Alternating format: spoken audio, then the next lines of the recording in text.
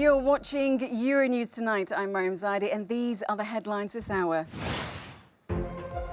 Presidents Putin and Xi Jinping stand together as they meet in Beijing to reaffirm their support in the face of what they call US interference in the internal affairs of other countries. EU Commission Chief Ursula von der Leyen says diplomacy to ease tensions between Ukraine and Russia must continue, but Brussels says it's ready with sanctions if Moscow moves on Kiev. The pressure builds on Boris Johnson's premiership as a fifth aide quits and another Conservative MP calls on the Prime Minister to go. Good evening. The leaders of Russia and China have issued a joint statement opposing NATO expansion and reaffirming that the island of Taiwan is part of China. Meeting in Beijing ahead of the Olympic opening ceremony, Vladimir Putin and Xi Jinping said they strongly support each other in the face of what they called US interference in the internal affairs of other countries. They also called on NATO to abandon the ideological approaches of the Cold War. Meanwhile, Moscow has categorically rejected US claims that Russia is planning a false flag operation to justify an attack on Ukraine. The Pentagon on Thursday accused Moscow of preparing what it called a very graphic propaganda video depicting a fake attack by Ukrainian forces on Russian people. But speaking to reporters in Beijing this afternoon, Russia's Foreign Minister Sergei Lavrov dismissed the claims as nonsense.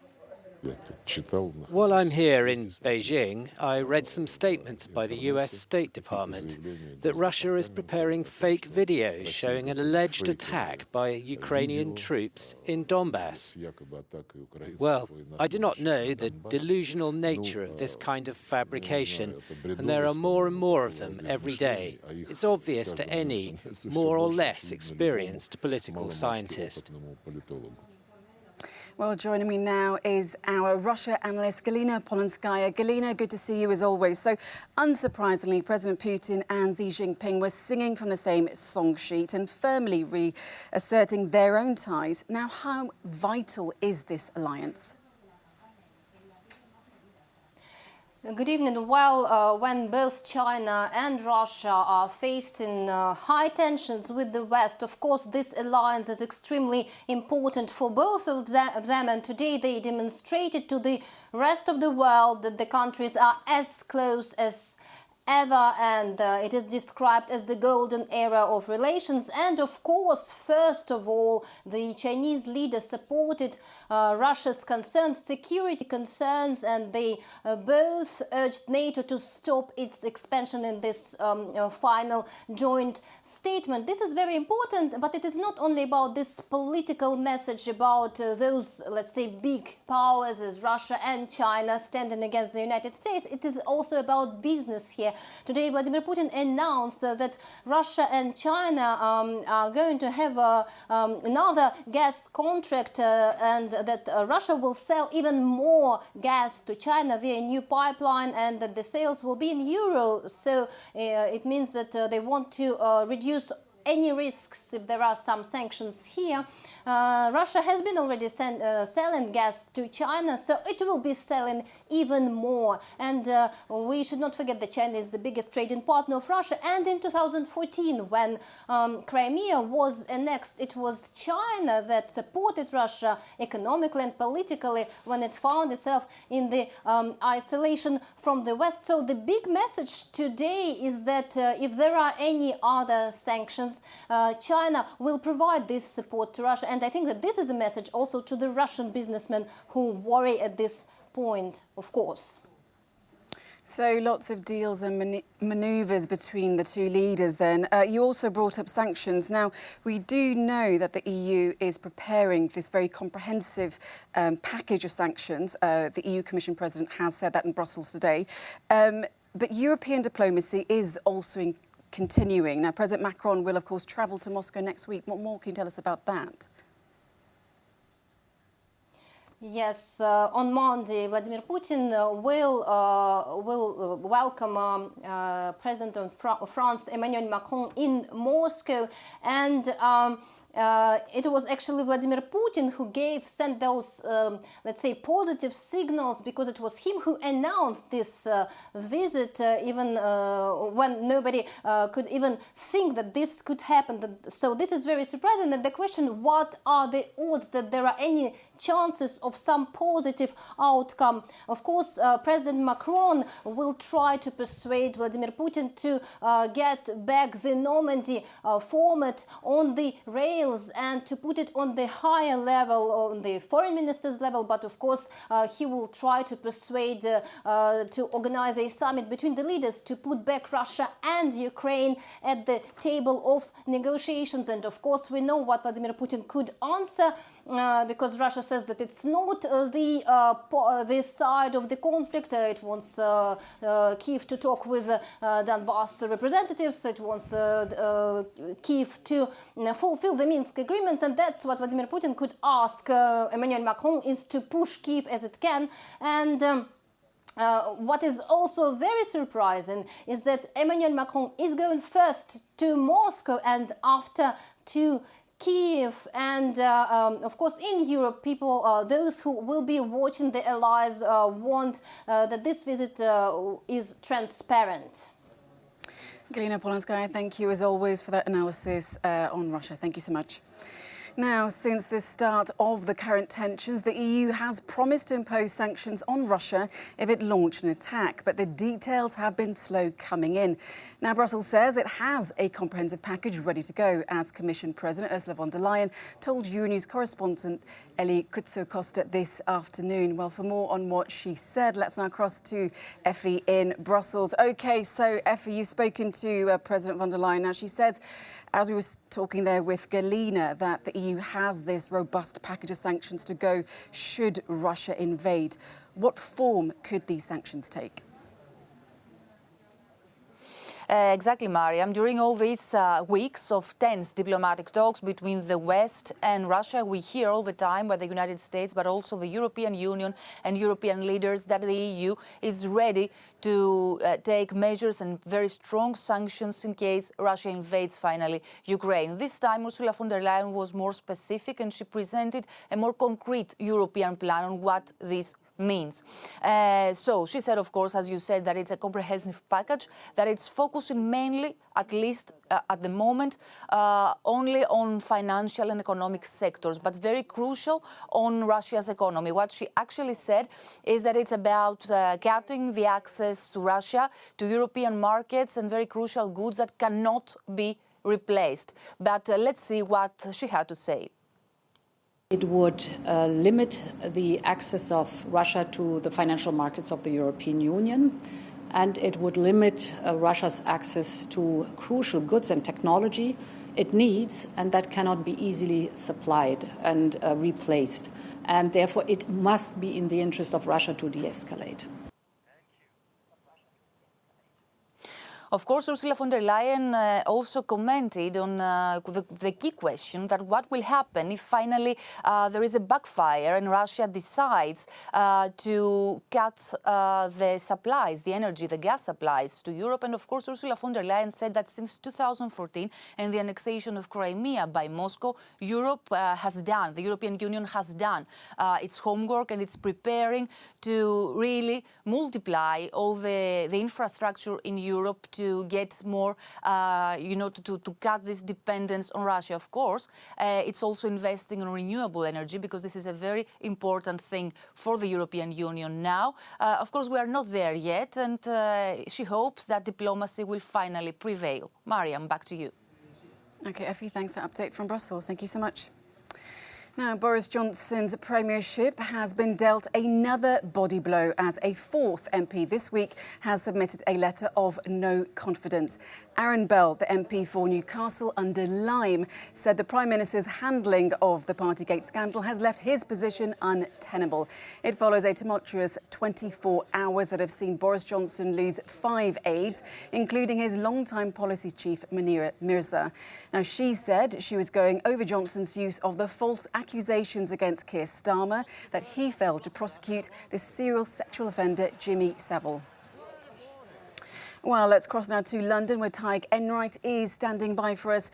Tig, good to see you. So 5 aides have now gone. Another letter of no confidence in Boris Johnson has been submitted. But Downing Street is trying to spin this as a strong move. Yeah, that's right. The message from Boris Johnson to his remaining Downing Street team is that change is good, and that certainly regarding the resignations of his aides, this is all part of his plan. It does feel like there's a big spinning operation underway, because not everybody sees it this way, particularly with the resignations, because the first and also the most recent of his advisors' resignations are certainly seen as the most embarrassing. The woman you referenced there in the intro, Mariam, is a long-time ally and his chief policy advisor, and she wrote that letter criticising him upon her resignation. And then those who resigned later on Thursday, they were 3 individuals who were very much central to these so-called Partygate allegations, and they were seen as being on the way out anyway. So the suspicion is that Johnson rushed to dismiss them soon after that first resignation, to suggest that it is all part of his plan to clear out his top team in Downing Street. But certainly does make for a bad end to another turbulent week for Johnson and his government. It started with the publication of the long-awaited civil service investigation into the parties, the lockdown parties that were held in Downing Street, although the key details were left out because of that parallel police investigation into the same parties. So there still are no conclusive findings against Boris Johnson, but certainly, as you've been mentioning, a growing number of his MPs are making up their own minds. And as we head into yet another weekend, all his Conservative MPs will be back in their constituencies listening to some potentially angry voters. So it's hard to imagine next week being much better. It doesn't sound like it could be. And if things weren't bad enough, Tig, Boris Johnson is now having to deal with this growing crisis in Northern Ireland, with the First Minister resigning and now Stormont being paralysed. Yeah, it's certainly not a welcome development, although many would say it was entirely predictable.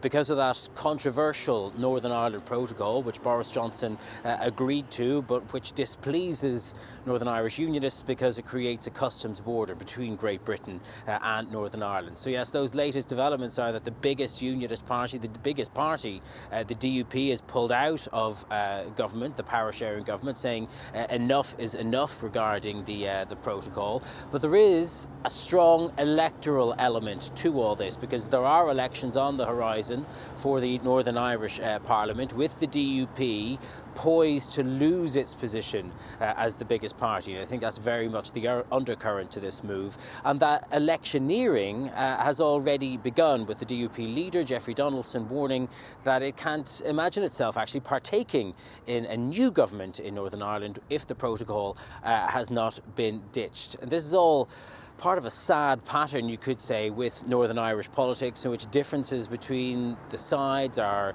resolved by pulling out of government.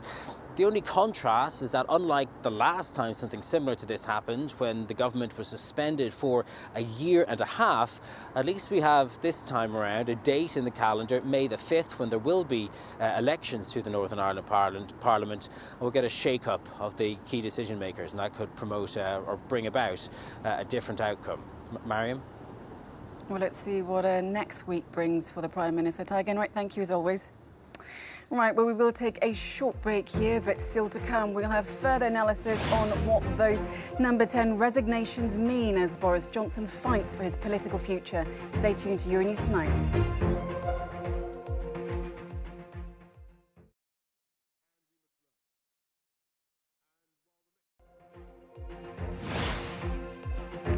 Welcome back to Euronews Tonight.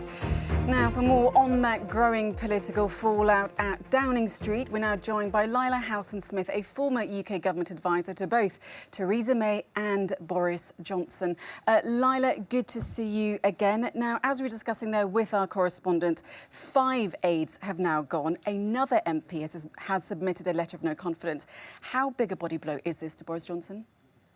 So I would make a distinction between the aides that sort of went early yesterday evening, so Nira Mirza, and then the ones that went subsequently. Clearly, what has happened is that there is serious discontent in number 10. You know, a strong ally of his who'd worked with him for 14 years left, and then he was forced to bring through earlier than planned a number of other personnel changes.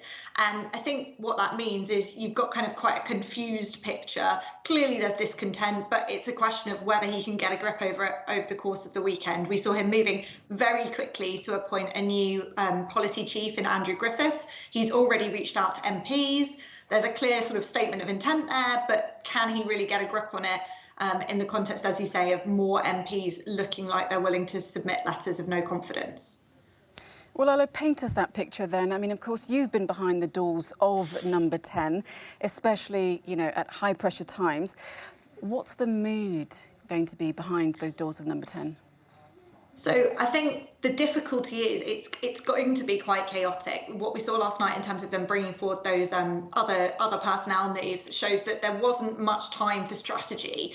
And I think the question is there enough kind of strength within number 10 and within the parliamentary party? So we're thinking about the chief whip, the MPs that are supportive of Boris Johnson, to really act to corral those people that are doubting, that are worrying that they should be tendering their resignation. And what you need there is a really kind of coherent effort. And Boris Johnson ultimately needs aides and MPs in Parliament that he can rely on. Right, now, you know, Boris Johnson, he's really been lurching, you could say, from one disaster to the next. But the doubling down on those Jimmy Savile comments, they really appear to have been the last straw for many in his party, no? Yeah, I think what we're seeing now is every action that he makes, every remark that he makes that might have been ill-advised before or might have been taken as a mistake before is really counting against him. And I think it's really interesting that you've seen two cabinet ministers come out today and in effect say they would not have made those remarks. They would not have opened themselves up to criticism in that way. And really, that's the first time we've really seen the cabinet openly disagreeing with the PM on these kinds of issues. And I think that's a real problem for him. All right, well, Lila, we're going to have to leave it there, but thank you so much for giving us that insight into what possibly could be going on behind the doors of number 10. Thank you so much. Now, nearly 3,000 athletes from 91 nations are in Beijing and readying themselves to compete in the 24th edition of the Winter Olympics. So let's move on to football now. It's Egypt versus Senegal, or for some, Liverpool versus Liverpool in the Africa Cup of Nations final on Sunday. So which red man is going to come up on top, do you think? Well, this is a difficult one because neither team have really set the tournament alight so far. Now, if you look at the path to the final, this is where we might get some clues. Egypt have had a fairly tough one. They've had to play extra time in all three of their knockout games so far. That's essentially an extra 90 minutes, another match. Senegal, for them, they came through their semi-final the other night, 3-1 against Burkina Faso. So it's been a relatively normal passage through for them. On the plus side for Egypt, they have had the extra 24 hours, but I think those extra time minutes in the legs of the Egyptians may just help Senegal. Of course, Egypt as well will be missing their coach, Carlos Queiroz. He's barred from being on the touchline after being sent off in the semi-final. So for me, I think Sadio Mane will be going back to Anfield with the bragging rights. Right, well, in any case, it'll be a good day for all Liverpool fans. Will Dalton, thank you so much. We'll take a short break here, but coming up, we'll have the latest on the popular Italian song contest festival, San Remo. Stay tuned to Euronews Tonight.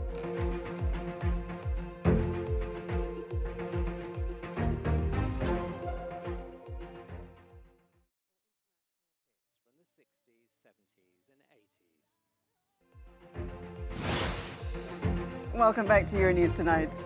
Now, the 72nd San Remo Music Festival is well underway in Italy.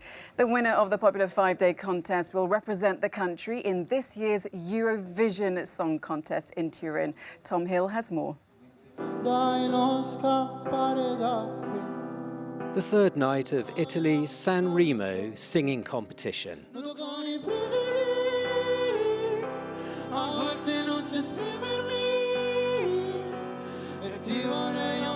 The audience heard from 25 budding artists with votes cast by phone and by a demoscopic jury drawn from a cross-section of Italian viewers. in gara.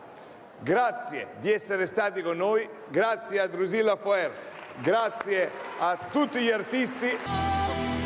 On the fourth night, the contestants will sing covers of either iconic Italian songs or international hits from the 60s, 70s and 80s.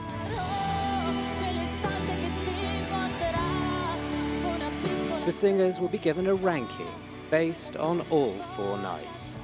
Tom Hill, Euronews.